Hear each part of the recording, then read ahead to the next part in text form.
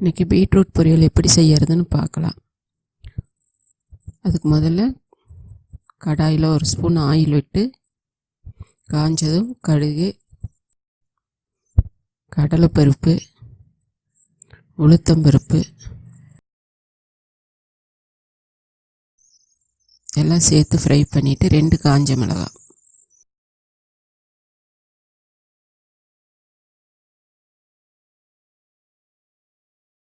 பொடியாக கட் பண்ண ஒரு பெரிய வெங்காயம், கருவேப்பிலை,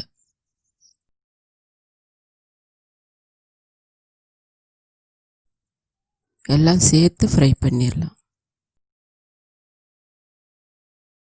இந்த அளவுக்கு வதங்கினது துருவி வச்ச பீட்ரூட் 1 கப்பு 200 கிராம் இருக்கும்.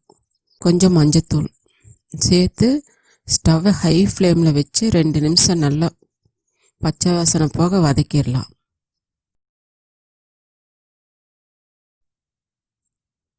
இப்போ காய் வேகிற அளவுக்கு தண்ணி 2 கை தெளித்து விட்டுடலாம்.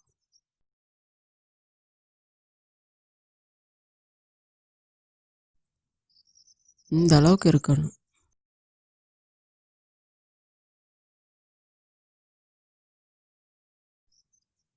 காய்க்கு தேவையான அளவுக்கு உப்பு சேர்த்துடலாம்.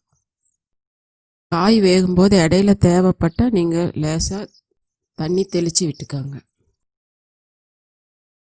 இப்போ மூடி வச்சு ஸ்டவ்வை சிம்மில் வச்சு 2 நிமிஷம் வேக விட்டுடலாம்.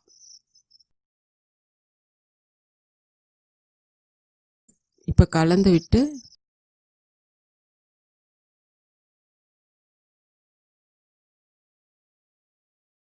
கால் ஸ்பூனுக்கும் கம்மியாக சர்க்கரை சேர்த்து அதையும் கலந்து விட்டு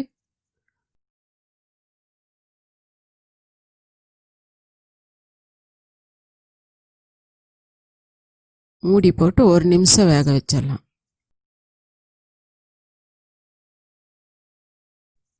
இப்போ கலந்து விட்டு ஸ்டவ்வை ஆஃப் பண்ணிடலாம். அந்த சூட்லேயே காய் வெந்துடும்.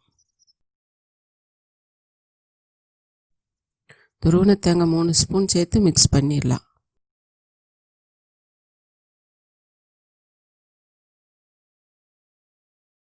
நீங்களும் உங்கள் வீட்டில் இந்த பீட்ரூட் பொரியல் ட்ரை பண்ணி பாருங்கள்.